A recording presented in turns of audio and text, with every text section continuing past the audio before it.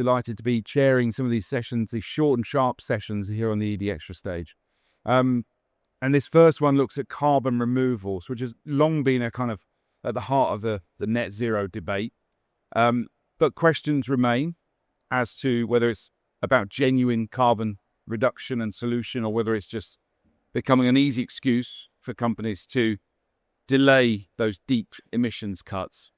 And we're going to get into all that with our two panelists here. We're going to explore where carbon removals fits in to the wider net zero puzzle, what businesses need to see in the market to invest with more confidence. And we're going to look at integrity and the role of carbon markets in nature restoration. So I'm joined by Tom Byrne from British Airways, and from Oxford Net Zero, Kaya Axelsson. I'm going to ask them to introduce yourselves briefly to our audience. Sure. Great. Lovely to see you all this morning. So I work with the University of Oxford's research program on pathways to net zero. We have been around for about 5 years. We have geologists, economists, lawyers, anthropologists who are understanding the politics of removals.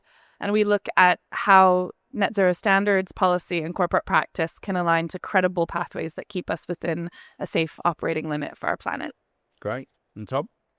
Hi, everyone. I'm Tom. So I head up the net zero team of British Airways. My team's all about trying to accelerate our action to net zero by 2050 or sooner. So I've got a job for 25 years at least. And, our net zero program is all about using less fuel, using low carbon fuels, and importantly, carbon removal. So look forward to talking to you about that today. Excellent. Before we get into the chat then, there is the opportunity to ask the panel questions. So do use your Slido and find the ED Extra stage and just send them over. We'll get through as many as we can. We've only got a short amount of time, but we'll do our best. So anyway, let's kick off then. When we talk about net zero pathways then, where do we see carbon removals in that conversation, in that debate? Yeah. So when I write a corporate net zero pathway or a corporate net zero standard, the first thing you start with is sort of a modeled pathway. What can the organization do over the next 3 decades that can reduce its emissions? That's the first question you ask. That's in line with the mitigation hierarchy. And we have some helpful models globally that can kind of act as rules of thumbs or benchmarks for each sector. So the first thing I would look to is, what does the sector look like? What does that pathway look like? So I look to the IEA or the IPCC for that sector. And then what you would find is sort of the curve of what we expect technology to be doing and their economic assumptions in those models. And then you end up with what we call a residual emissions. And those are at the net zero target date, what we have kind of been unable to reduce at that stage. Now, typically, on average, across all sectors, that can be, 5 to 10%. But for certain sectors, like the airline industry, it can be, around 20% or more. And so then that is the target date, 2050 or mid-century is when we know we need to meet net zero in order to stabilize temperatures. So there's an acknowledgement across IPCC pathways that we need to meet net zero. We need to stabilize our atmosphere before we finish reducing 100%. We need to mostly reduce by that stage, but there is some extra where we need to basically take the plug out of the bathtub and start removing carbon from the atmosphere. And that's where the kind of role of durable and safe, high-quality removals comes in. And the big risk is that we are not planning for that future and we don't scale up that industry. And we need to scale up that industry quite a lot by 2050 in order for us to meet our temperature goals. Okay. And Tom, for British Airways, you've bet big on carbon removals. Well, to Kaya's point, I don't think it's betting big. I think it's about actually trying to build an industry that you're going to need. So if you look at our net zero model, and it's available on our website, it's fairly simple. We have essentially a rule of thirds. So 1/3, we think we can reduce our emissions by new technology, new aircraft technology, flying more efficiently, and really reducing how much fuel we're using, right? The next third is all about sustainable aviation fuel, which is a real, reducing our emissions over the life cycle. And we think that could do another 1/3 of emissions from where we're going to be. But our residual emissions are much higher than many other industries. And you can't just do the first 2 things and then wait until 2040, 50 and go, okay, where are these removals at? Because we're going to need millions of tons of this stuff by 2050. And by sitting on your hands today, it's not going to build the industry that you're going to need in the future. So some call it betting. I would argue that actually it's strategic investment for ourselves and the industry to help get the scale we're going to need. I think we need more of it. Is there a danger that you over-rely on these carbon removals, though? The danger, I think, is that we are neither reducing nor scaling removals fast enough. To pit them against each other in order to hold back progress is not the answer. To both scale removals, which, frankly, if we do it right with durable removals, that will be quite expensive. And so the incentive to reduce will also be quite strong. That's how, good carbon pricing works. And it's the true cost of removing that carbon. It's cleaning it up out of the atmosphere. So if we do it right and we set the standards correctly, then there's not a risk. But if we set the standards too low and people just buy the cheap stuff instead of doing the difficult decarbonization themselves, there is a risk. Yeah. And, when we talk about carbon removals, British Airways, we're talking about 1,000-year plus durability, mechanical or other very durable and with high permanence CDR credits, right? These things aren't cheap. No. We're not talking about, more affordable nature-based solutions that would be cheaper than, let's say, SAF. We're talking about really high quality things, right? So if I look at my program today, the thing that makes the least sense in the business case is removals, right? It doesn't make sense. Because if I can reduce my fuel consumption, I save money. Yeah. That's a brilliant thing. With SAF, we have loads of incentives and regulations globally that are moving us towards SAF. That makes more sense from business case. So actually, if I was looking at pure economics, removals would make zero sense today. So I wouldn't say there's a risk in the short term, at least for BA, of removals being a kind of get out of jail free card. Actually, what we need to do is invest some money that actually could be better used for reducing emissions and SAF, because we know long term that's going to be a really important part of our program. And the long term is crucial. Give us a sense then of the sort of projects you're investing in, because presumably the carbon removal will come much later in some of those. Give us some examples of some of the things. Yeah. So so last year we announced about £9 million worth of removal credits that we're buying into. Some of these things are direct air capture facilities in Iceland and in the US. They're delivering in like late 2020s. And we're also looking at some kind of near-term solutions as well, like biochar. We're buying a few thousand tons of that. Enhanced rock weathering, ocean alkalinity enhancements, with alkalinity enhancements. We're looking at kind of a broad church of removal technologies.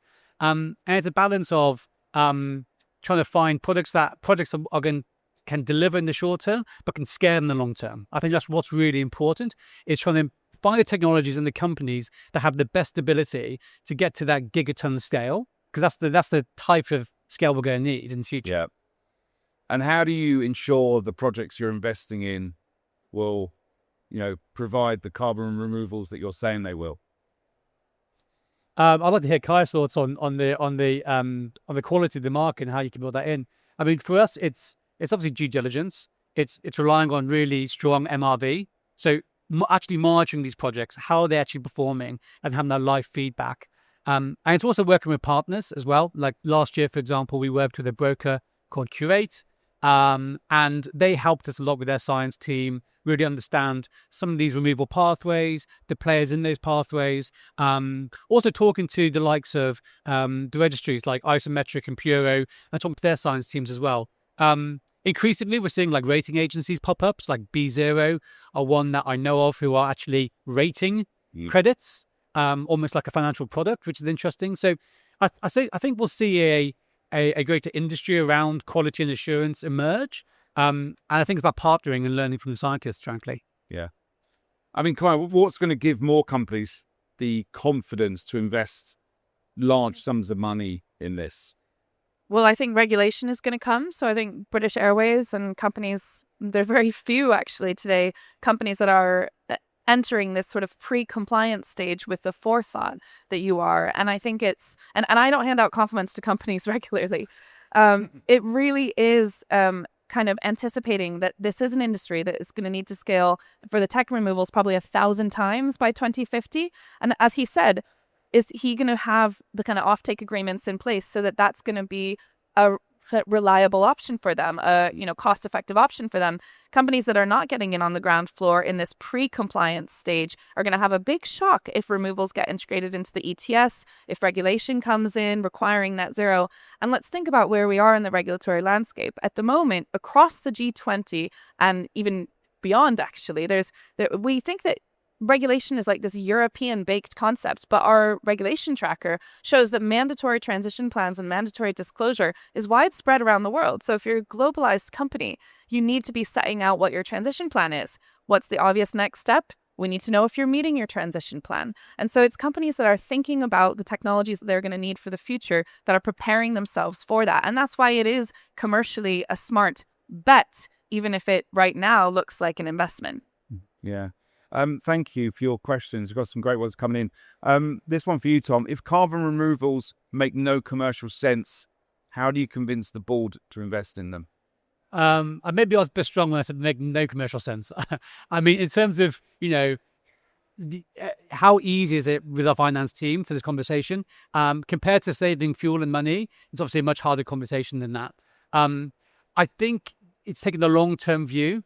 And to Kaya's point, it's not talking about it as a kind of as a gamble. It's talking about what the long-term future looks like, and in painting out the picture to them in regards to if we're going to achieve our voluntary commitments on net zero, which we've all put into our annual reports and which investors are taking as as read, and our banking partners are believing in. We have to have a plan for every wedge, and it's very clear that. Up until recently, we had a pretty weak plan on removal. So it was helping them understand that the investments required going slightly earlier than maybe some of our competition was on paper quite challenging. But they can see it from a strategic advantage of, okay, if we start buying from these folks today, are we going to improve our internal experience and knowledge about this product? So we can have a march on our competitors in the future when these things may be in higher demand. Can I actually negotiate an upside for myself, as BA? So can I say, okay, I'll do a 5-year offtake with you, but for that I want, a right of first offer on your next plant, which guess what is 10 times the volume and half the price. So by putting my money in today, I can negotiate some future access that my peers don't have.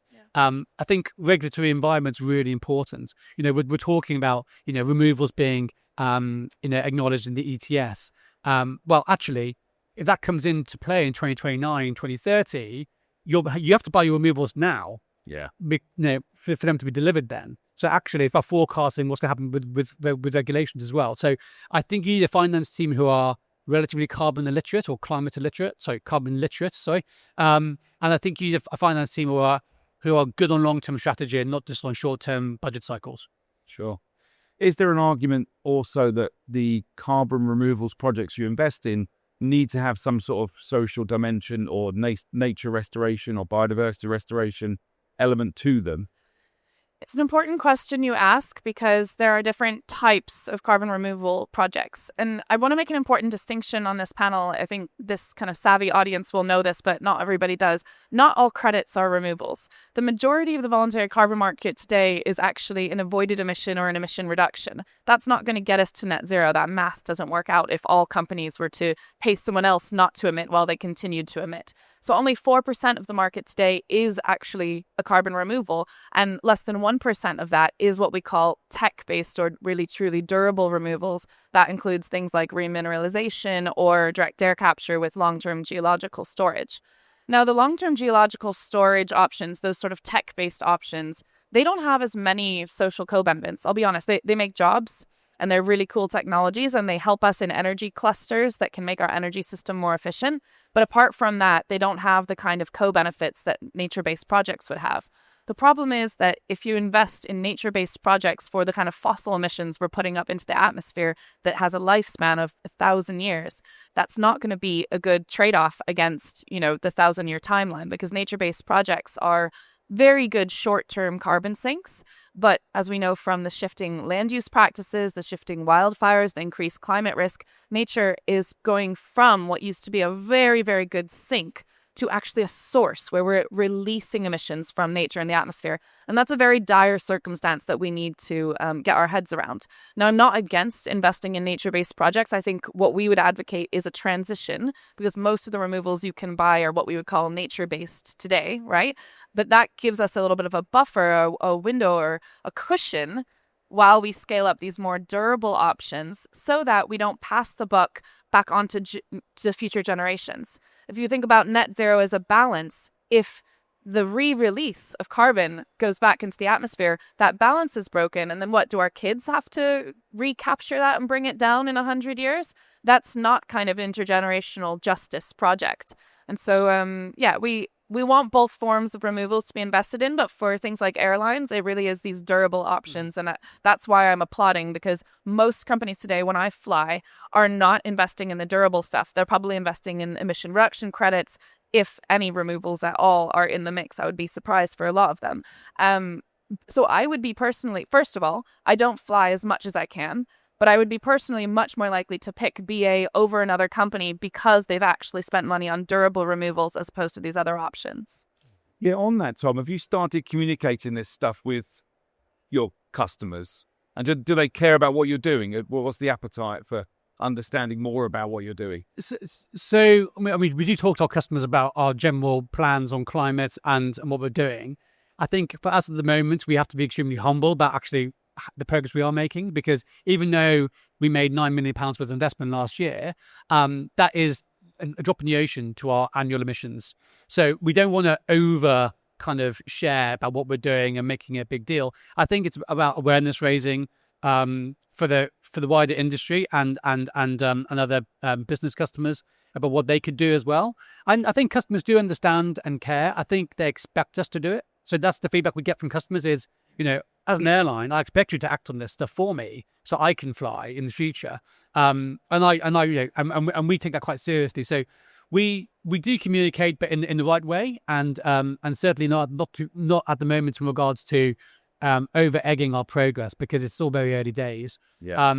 The one thing I wanted to say about co-benefits, though, if you will, is some removal technologies have some clear co-benefits. If you look at things like biochar, we're finding that the communities that we're working with are seeing some really good things in regards to soil productivity, soil health, and farming productivity. So that's a really good thing.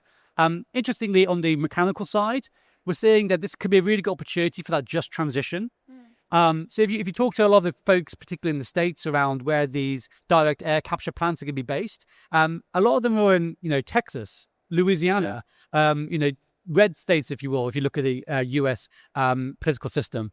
And the reason why they're there is because they have some really good natural reservoirs for carbon to go, but they have really good jobs, really good skills, and there's still a lot of momentum in the States behind investing in these things locally, not because of the climate aspect, because we know at the moment that could be a bit contentious over there, but actually from a jobs perspective, from a local economy perspective. So I see mechanical removals in particular as being an interesting pivot in regards to how we can actually reskill labour, bring jobs and productivity back to some of these areas that were reliant on oil and gas in the past, and actually can you transform that economy in a cleaner way? Yeah. Good co-benefit. You've talked about how your finance teams are supporting this stuff, but what about external finance? Got a question here. How can external finance, for example, banks, work better with yourself and the company treasury teams to facilitate investments in this stuff? So we've got a really good example of working with one bank in particular, Standard Chartered. So their team is pretty progressive on this stuff, if I say so. And we worked with them on a deal a couple of years ago. It was a UK-based firm called Undo, enhanced rock weathering, based in Scotland, really interesting. And essentially, we worked with Standard Chartered to basically say, we'll put our offtake down. We will confirm we will buy this stuff when it gets delivered, but they need project financing. And so Standard Chartered came in and said, okay, well, we'll provide the financing based on BA, your long-term offtake. And that's how we work together. So Standard Chartered get something out of the deal because they get a return on their investment, and they can put money towards good clean projects. And then we get a project that can be developed. And so I think that's where banks can really come into their own. It's how can they help finance these projects that we need, and how can we work together in regard to making these projects more bankable for you? Kaya? I mean, this is where I get so excited about these new kind of financing arrangements. Typically, we would have seen a carbon credit market where something is just a ton and you pay for it and it's just a single transaction and you don't really know much about the project financing or the additionality of it or the long-term kind of commitment from the company.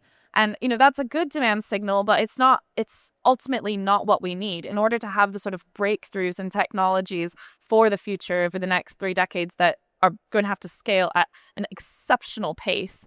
We are going to need these kinds of novel financing arrangements where you have a company saying, we will purchase this, and ideally putting some money down in escrow or something, as well as the financer coming in and saying, I see this as an opportunity for returns for us because the demand is there, the supply is there, and I can just come in, from the capital market or from the banks and say, yeah, this looks like a good deal for the future and for our finances. And that's where it's quite different from the way the carbon credit market has operated in the past. And I see it potentially scaling much faster in certain arrangements. Mm-hmm. Yeah. And that's how it works with Standard Chartered. We actually put some money down as a deposit, if you will. And then that gave them the confidence to say, okay, yeah, we will bank this project. And I speak to carbon removal companies all the time. And the main thing they need is firm offtake commitments so they can go and get financing. And it's really hard for them to get financing without that. So if you are a company and you are interested in removals, the best thing you can do is provide this long-term certainty of purchase, because without that, the financing won't come and the credits won't come. Yeah. Well, a few more specific questions here. One that's attempting to connect the dots between today and yesterday. We had Professor Miles Allen doing a keynote opening yesterday who talked about geological carbon intensity. Is that something that you measure in terms of fuel use at British Airways, Tom? Geological carbon intensity? I've never heard that term before. No, so you missed. Can someone explain that to me quickly?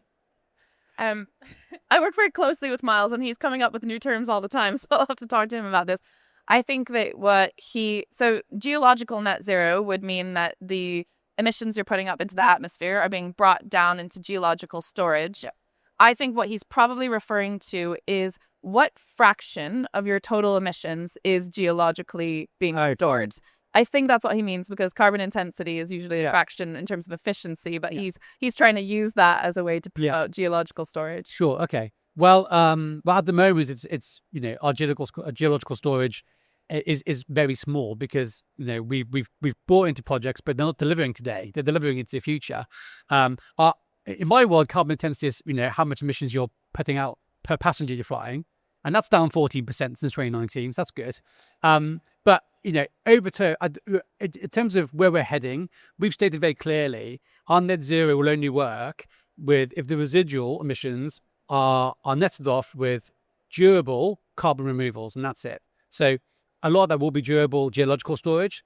Some of that will be through like enhanced rock weathering, aquatic storage as well. But we're fairly agnostic in regards to the type, as long as it hits the permanence and the durability.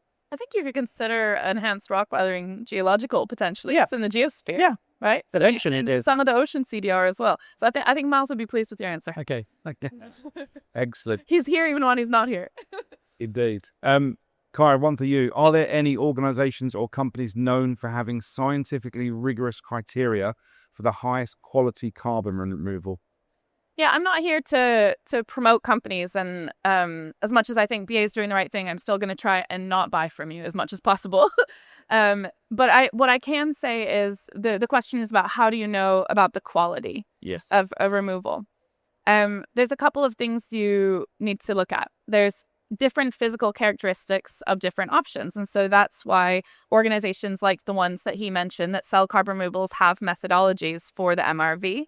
The ICVCM is a kind of a group, an institution that is looking at that supply side. I think it stands for the Integrity of the Voluntary Carbon Market Initiative. And they develop kind of common agreement on what those methodologies are, right? And so you can look to those methodologies and see, is the person you're buying from lining up with this kind of agreed standard that has been developed? Right.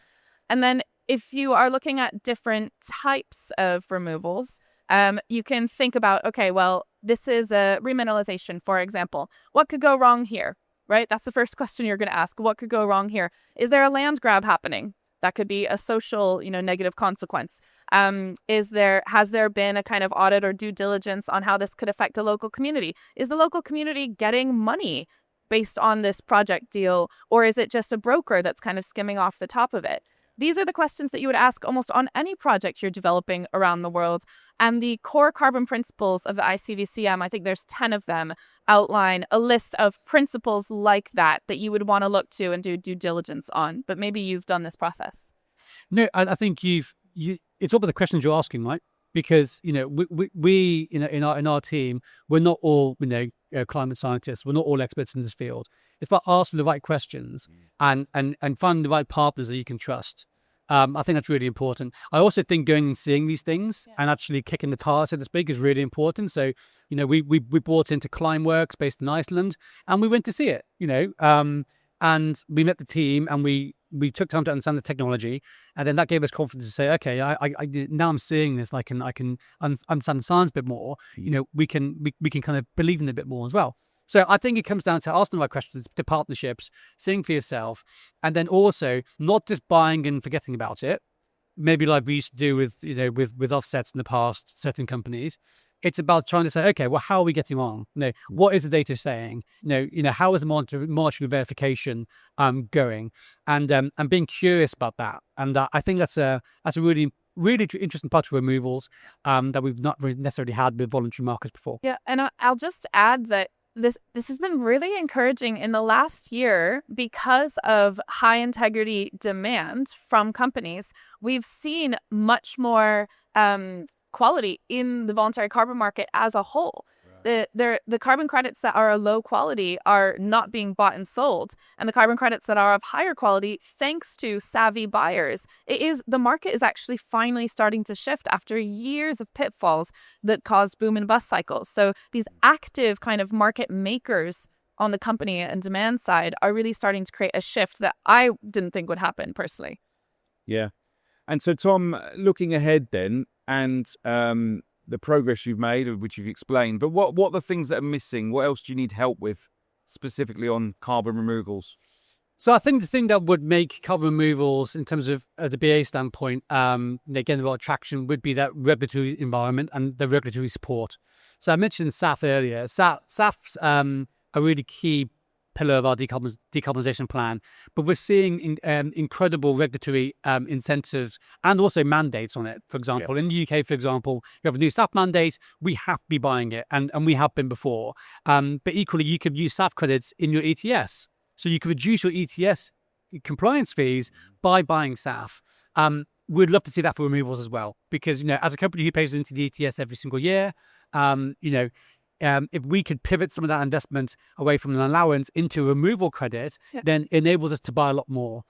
We do have Corsia as the airline community has over the next few years, where we can start using that. But I think ETS would be a game changer, and it promote a lot more companies outside of aviation to also direct their money from just buying allowances to actually investing in projects that are actually going to be reducing carbon and removing carbon.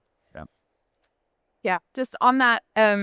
I think that we're not quite ready to integrate removals into the ETS. I think there's a few policies as part of a policy mix we need, so that doesn't create a shock. If that creates a ton of demand all of a sudden and removal prices spike so much that you wouldn't be able to buy it, then I think that could be a challenge. And so I think we need to, I'm really in favor of, and I do think we're headed towards removals being integrated into the ETS maybe in the 2030s. But I think that we need to put in place subsidies, contracts for differences, more demand from the demand side, so that we can make sure that there's enough supply to meet the demand, and we don't get a price shock all of a sudden that makes it totally untenable to buy removals. I also think it's really important that we consider the quality and the methodologies around durability of that integration. And, Corsia is an interesting example of a sort of market developed exactly for this sector. And I want Corsia to succeed, but right now it has a lot of emissions reduction credits in it, right? And it has a lot of, because that's what's available, and it has a lot of low timeline removals. And so I think we need to get the market ready for that regulation and that scale. And that's why I'm so grateful for companies doing that pre-compliance work to help us get the market ready. Yeah, indeed. Well, look, in the interest of time, we're going to have to wrap up. But thank you for your questions, and please thank our panelists for a fascinating conversation. Thanks, guys.